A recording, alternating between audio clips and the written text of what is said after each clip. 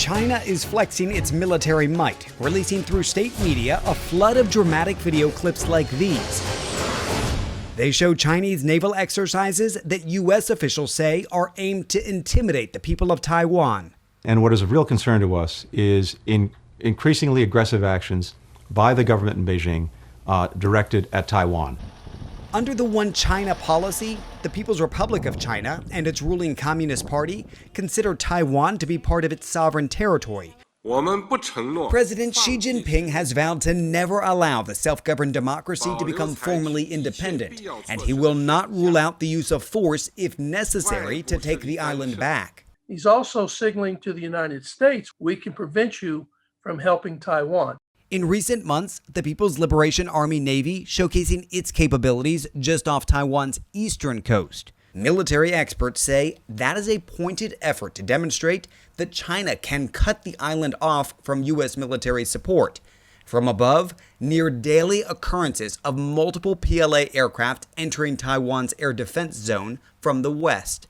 A coordinated move that is alarming to some experts. It has sparked strong words from Taiwan's foreign minister. We are willing to defend ourselves, and it's without any question. And we will fight the war if we need to fight the war.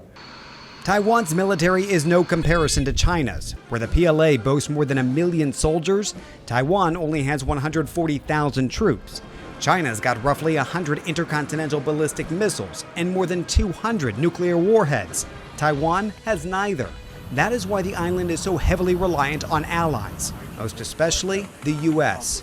And we have a commitment to Taiwan under the Taiwan Relations Act to make sure that Taiwan has the ability to defend itself. But Biden administration officials stopped short of guaranteeing U.S. military intervention should Beijing make a move on Taiwan.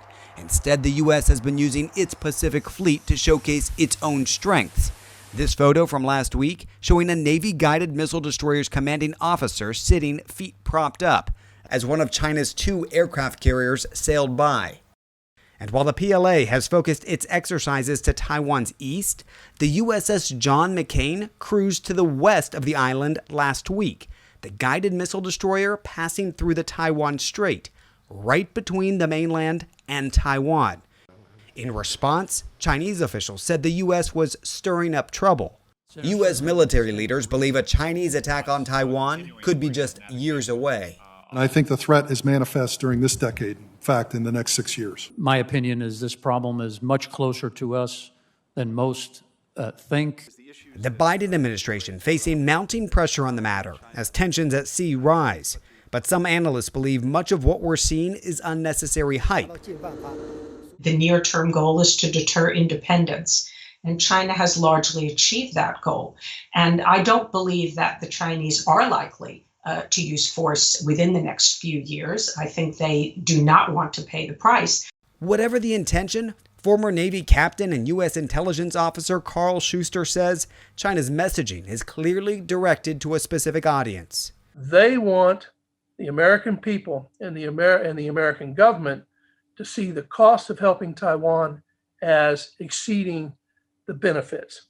You well know, Captain, you're going to have Americans who will look at this and they'll say, why should Americans be involved in anything over there? Why should they care what's happening with Taiwan? To that you would say, if we won't defend a 70-year partner from violent aggression, then other countries will look at it and believe we either are not capable or not willing to sacrifice anything for them.